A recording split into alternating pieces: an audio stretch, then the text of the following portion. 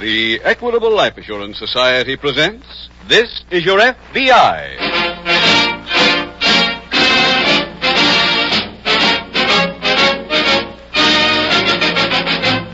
This is Your F.B.I., the official broadcast from the files of the Federal Bureau of Investigation. Presented transcribed as a public service by the Equitable Life Assurance Society of the United States and the Equitable Society's representatives in your community.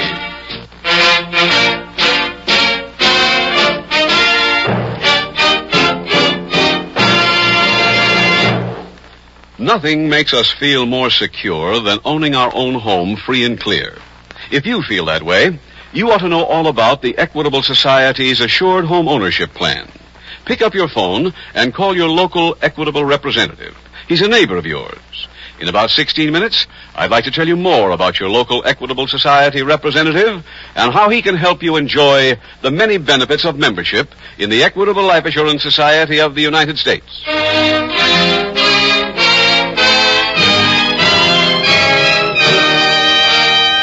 Tonight, the subject of our FBI file, Flight to Avoid Prosecution. Its title, The Frivolous Cousins.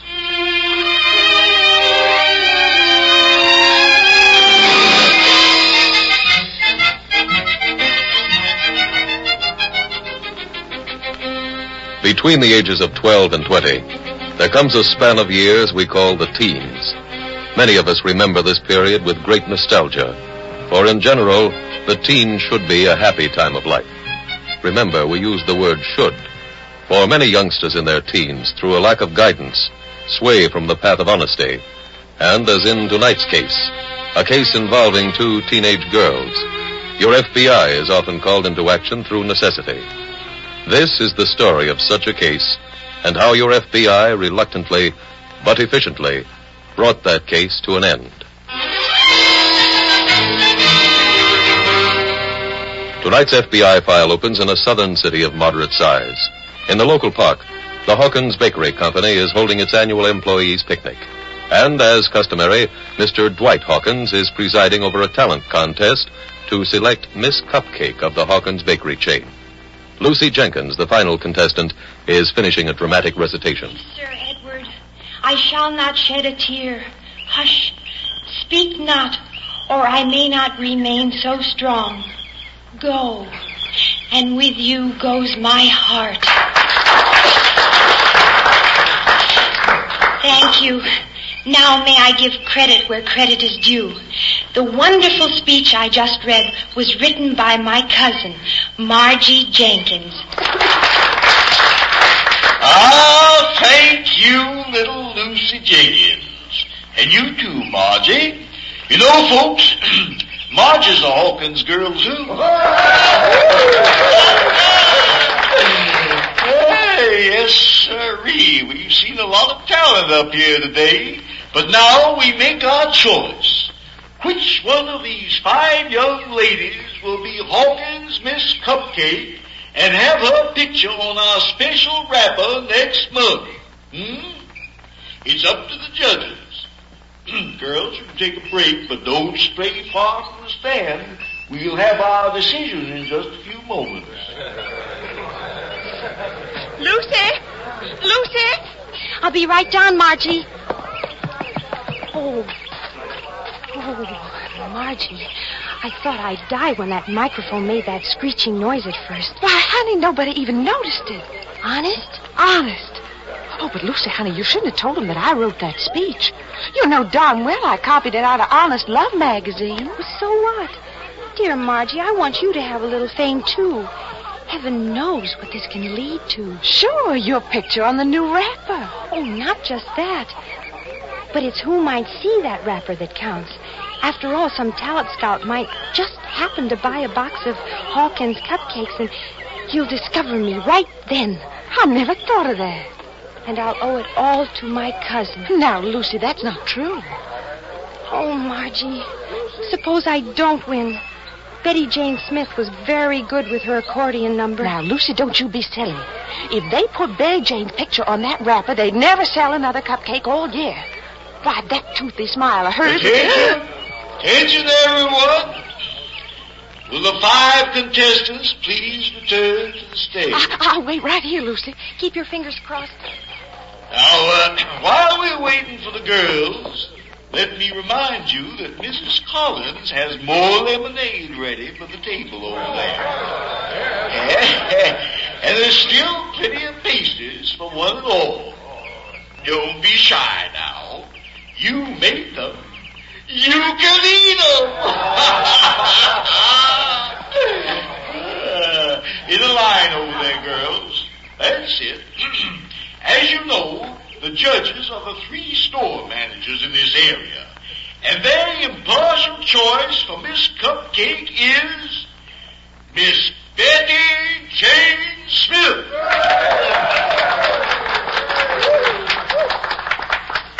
Step forward, Betty Jane. You're the new Miss Cupcake. Oh, good heavens. Someone bring some lemonade up here quickly. Little Lucy Jenkins has fainted.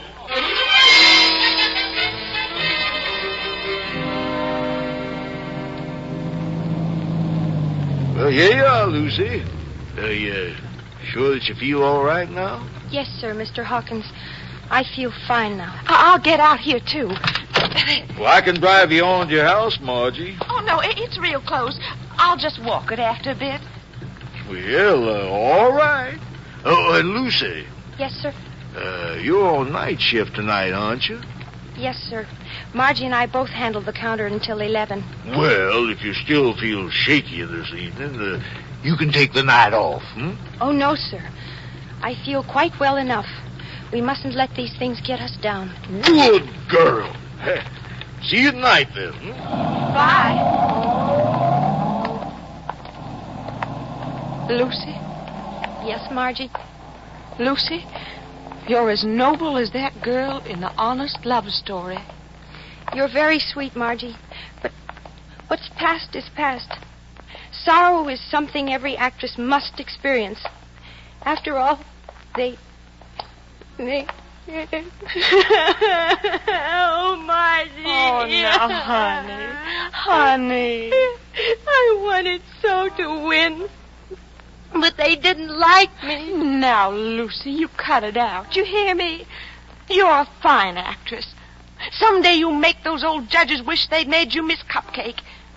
When you're famous, you can come right back here and laugh right in their faces. When I come back, I'm never even going to leave. Oh, now, Lucy, don't you talk like that. Come on, now, you go in the house.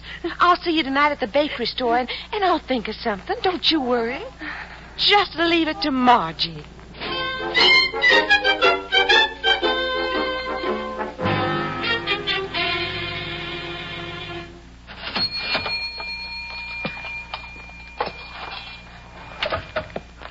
$1.74, $75, and $2.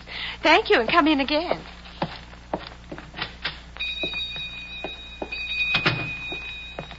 Did you read it, Lucy? I can't find the article you talked about, Margie. Oh, you're on the wrong page.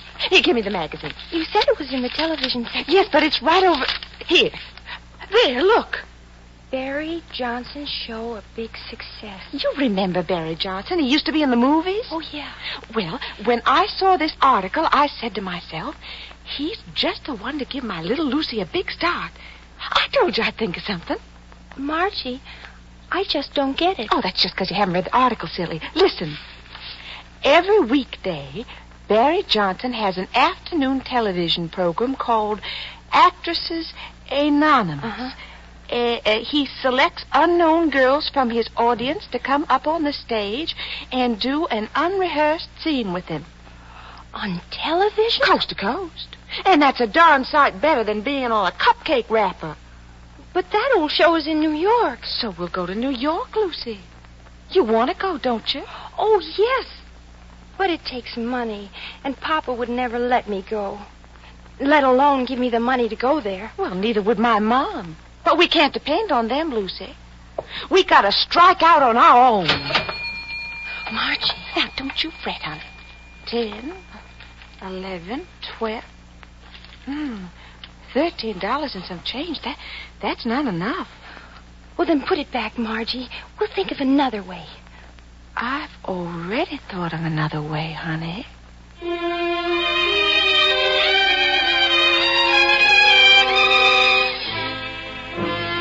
following morning, at a nearby F.B.I. field office, Special Agent Ralph Godleo approaches the desk of Supervisor Neil Murphy. Godleo carries a large suitcase. You sent for me, Neil? Yes, Ralph. When do you leave for New York? 5:40 tonight. You're giving testimony on that kidnapping case? Yes, the one I worked on up there last year. Well, if you're not leaving till 5:40, you can work on this report that just came in. Yes, sir. We had a call from the local police. Seems the main store of the Hawkins Bakery was robbed and a truck stolen. Oh? 2 teenage employees seem to be responsible. Last night, the manager of the chain returned to his office and found a girl, Margie Jenkins, going through his desk, apparently looking for money. There was a gun in the desk, and when Hawkins surprised her, she grabbed the gun. Shoot him? No, but she threatened to. Then she called the other girl, her cousin, Lucy Jenkins. They tied him up and left the back way. We think they stole the bakery truck, the one that's missing. They also took the gun and a few dollars from the cash register. How do we come in, Neil? The truck was reported seen crossing the state line early this morning. That makes it interstate and our business. Well, I got to get some breakfast. You want to study this report? We can talk about it when I come back.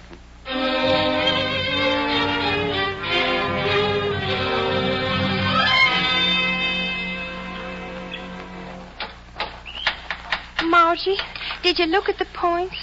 That's what Papa always does when our car goes on the blink. I wouldn't know what to find even if I did look at them. Oh. Well, stand back. No use keeping the hood up. Oh, Margie, I'm hungry. Well, go on back to the truck and eat some more pastry. No. If I eat another cupcake, I'll positively die. Where do you guess we are? Oh, about 10 miles inside the state line. There hasn't been a car come by since we stalled. Well, it's early yet. Now, honey, wipe that sad look off your face. Marge will get you to New York, all right? But when? I'll either die of starvation or eat so much pastry I'll be as fat as a pig.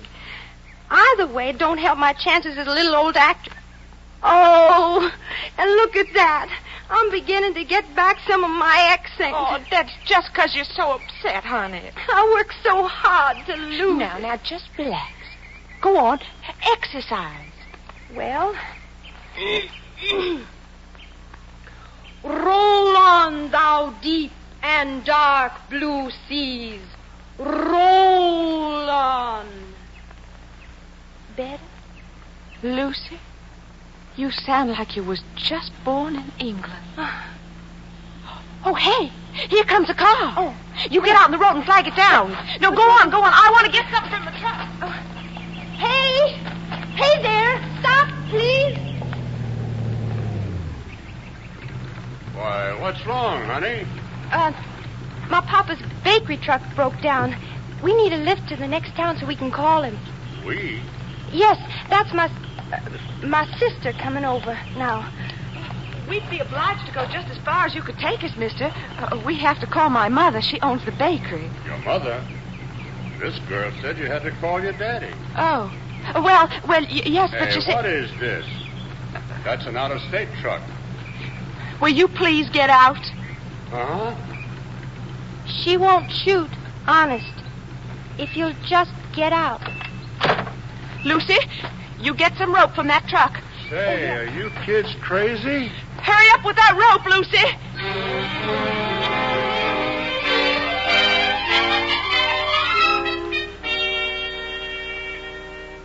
Did you read the report, Ralph? Yes, why do you suppose they stole the bakery truck? Couldn't even guess. That's the trouble with kids who break the law. You never know for sure why or what they'll do next. Excuse me. Sure. Murphy speaking. Oh, yes, Lou. Hold on a minute. Something on the truck, Ralph. Oh? Go ahead, Lou. Yes. Where? Yeah, got it.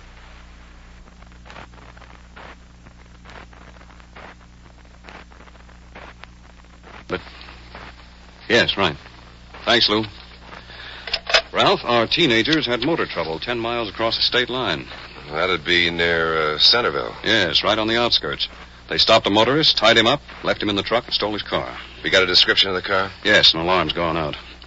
Ralph, maybe you'd better start north now, stop off in Centerville, and send me back a report.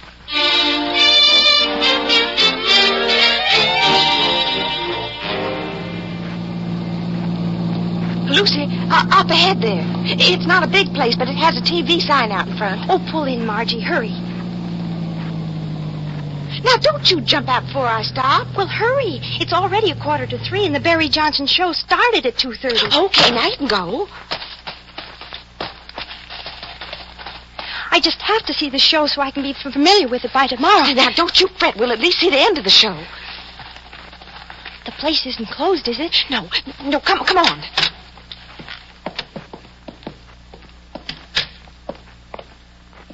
Nobody here. Oh, there's the bartender. And a TV set right over the bar. Mister? What can I do for you ladies? Well, would you turn your set on? We'd like to watch a television show. Sorry, the picture tube's burned out. Oh, no. Won't it work long enough for us to see about 10 minutes of the Barry Johnson show? Wouldn't even work long enough for you to see the commercial. Mister, do you have a phone? Yeah, payphone right by the bar here. How much would it cost to call New York? $1.50, maybe? Oh. Honey, I'm going to call the broadcasting company in New York and make sure they save us tickets for tomorrow's broadcast. We can take a train from the next town and be there in plenty of time. A train? But we don't have that much money left. We hardly have enough to call New York. Oh, you just wait now. Mister? Huh? This girl's an actress, a real good one. Would you like to lend us some money so she could have a break? Honey, if I loan money, the only thing to break would be me. Oh. Well, I'll have to ask you again. Marge. Now can we have that money, please? What's with that gun? I thought it might help you change your mind. We'd like your money, please, and 2 hamburgers, well done.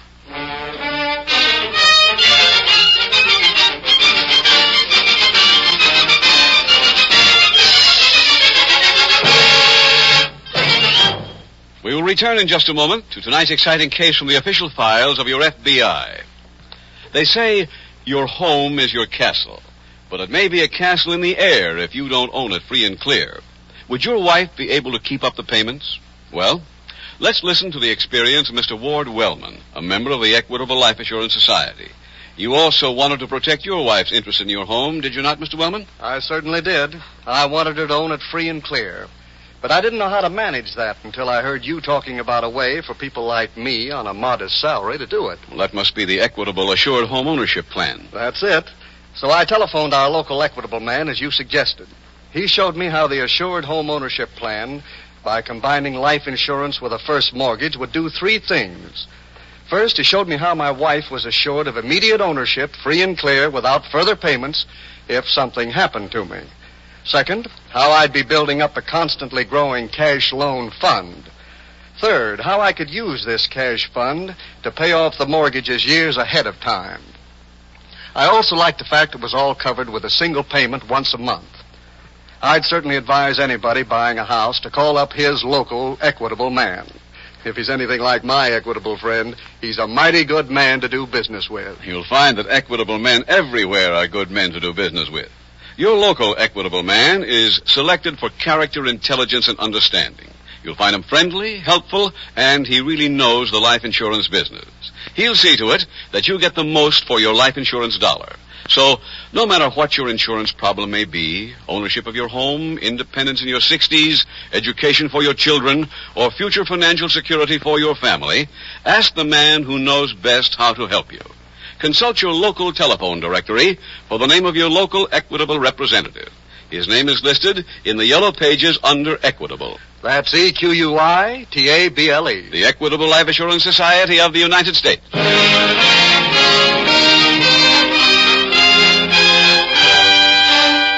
And now back to tonight's FBI file, The Frivolous Cousin.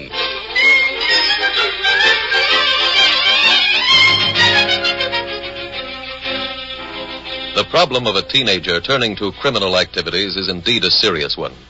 The seasoned lawbreaker will not take many unnecessary chances, weighing the fact that he might be caught against the value of taking the chance.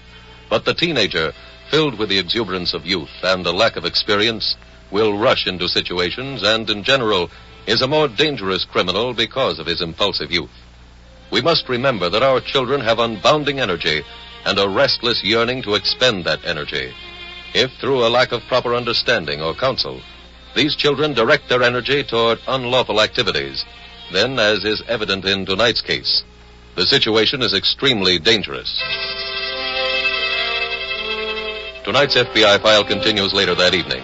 Special Agent Ralph Godleo has arrived at the tavern and is questioning the bartender. So help me, Mr. Godleo, I've never seen anything like it. One holds a gun on me while I make 'em hamburgers. The other empties my till and makes the phone call. Just as calm as could be. Well, the descriptions you gave fit the girls we're looking for, all right. You say they spoke of taking a train to New York? Yeah, guess they might even be there by now. They called and got tickets for that Barry Johnson show. The little one figures to be an actress. You're sure they got tickets for the Barry Johnson show? Well, I heard him call, didn't I? I'm not doubting you, sir. I just want to get all the facts correct. Well, you got him, mister. $30.60. That's what they took me for, and 2 hamburgers. You think you'll get these kids? I think so. Our best bet will be to get them when they pick up the tickets. Well, just so you get them. Business is bad enough without schoolgirls coming in here and cleaning me out. I tell you, they just stood there, calm as could be. And one even made me take her hamburger back and put pickles on it.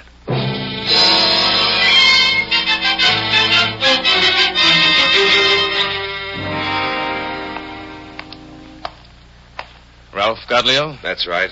You're Bill James. I didn't think you'd remember me. Did your office brief you on this one? Yeah, I've been here in the lobby since noon. Good view of the ticket booth from this position. The girls haven't come to pick up their tickets, huh? No, I haven't spotted them so far. There's just one trouble, Bill. One of the ushers just told me this Barry Johnson show is packed with teenage fans. When they open those doors out there, there's a mad scramble for the ticket booth. Usher says it's a real stampede. Maybe we should move in closer to the ticket booth, then. They've opened the doors. That usher was right. Come on, Bill. Let us through, please. Ralph, you'll never get close enough to that booth. Well, let's try and spot him in this crowd. Ralph, there's just too many girls.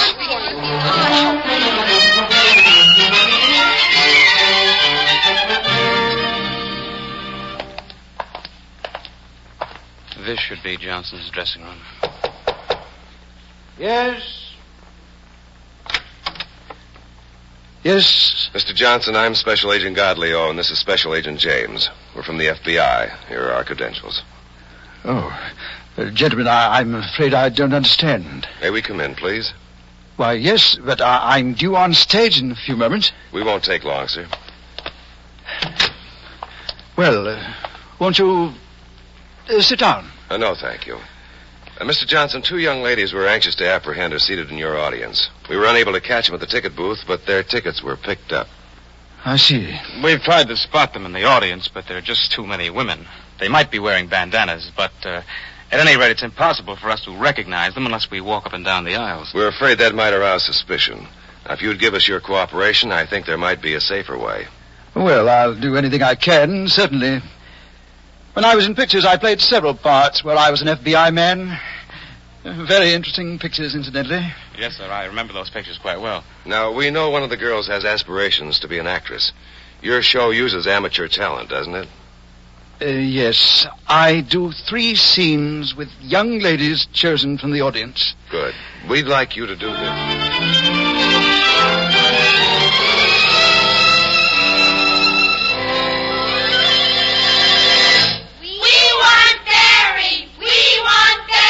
Oh, Mr. Godleo, you and James can wait right here in the wing. Fine.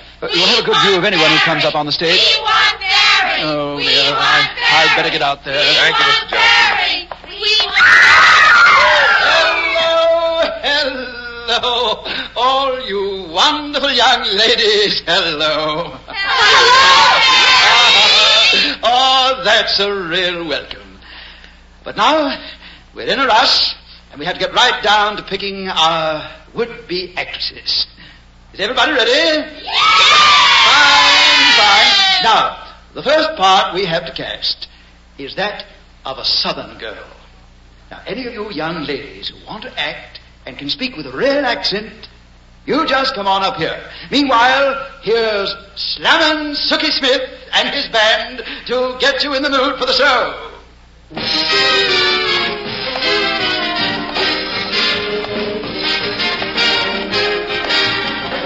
Have you spotted them yet, Mr. Godleo? No, sir. Well, I could have all of them come over here this way more. We can see well enough from here. I count 10 girls on the stage now. That seems to be all that's coming up. Well, I'd better get back out there. You signal me if you want me. Well, Ralph? I can't figure it. Lucy Jenkins came here to be an actress. We're fairly certain she's in that crowd. Why isn't she? What is it? Stay here. I'm going to talk to Johnson. I just had an idea.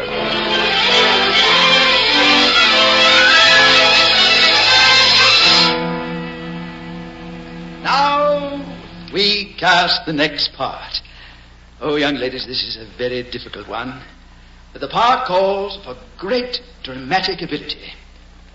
It's an English part and demands someone who speaks with almost perfect diction.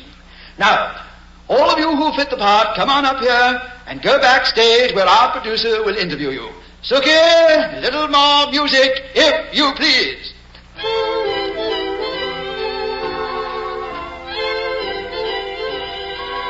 Ralph, look at all of them getting up.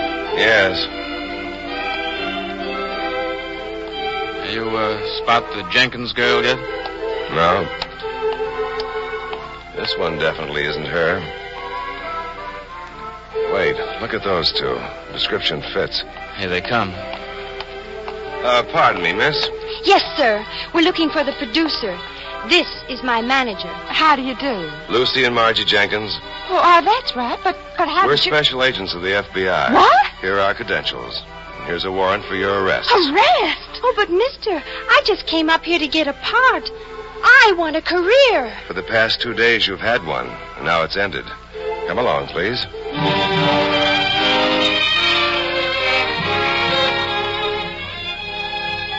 May and Lucy were convicted in federal court for the interstate transportation of a stolen motor vehicle.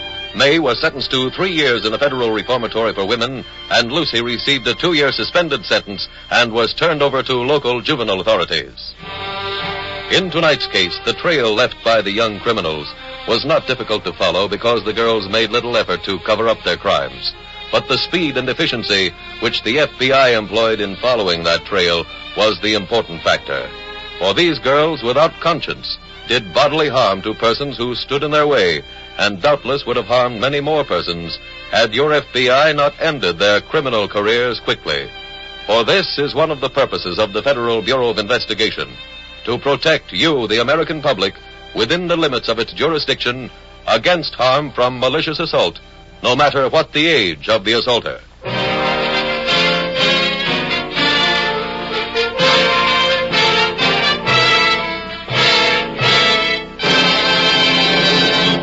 One of the most wonderful feelings in the world comes when you finally own your own home free and clear. Now, if you'd like to bring that great day years closer, then call your local Equitable Society representative. He'll be glad to tell you about the Equitable Society's Assured Home Ownership Plan. Or perhaps you have other life insurance problems. Talk them over with your Equitable man. Consult your local telephone directory for his name. You'll find it listed in the yellow pages under Equitable, the Equitable Life Assurance Society of the United States. Next week, we will dramatize another case from the files of the Federal Bureau of Investigation. Its subject, kidnapping. Its title, Wide Open City. The incidents used in tonight's Equitable Life Assurance Society's broadcast are adapted from the files of the Federal Bureau of Investigation. However, all names used are fictitious, and any similarity thereof to the names of places or persons living or dead is accidental. Tonight, the music was composed and conducted by Freddie Steiner. The author was Dick Carr. Your narrator was William Woodson, and Special Agent Ralph Gardelio was played by Carlton Young. Others in the cast were Irene Anders, Joe Forte, Tony Hughes, Catherine Keith, James McCallion, Victor Rodman, Chester Stratton, and Les Tremaine. This Is Your F.B.I. is a Jerry Devine production.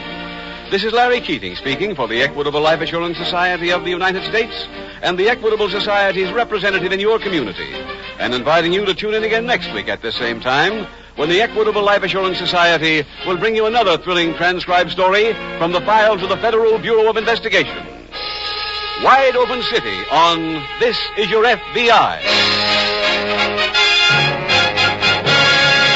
Stay tuned for the adventures of Ozzie and Harriet. There's fun for the whole family when Ozzie and Harriet come your way next. This program came to you from Hollywood. This is ABC Radio Network.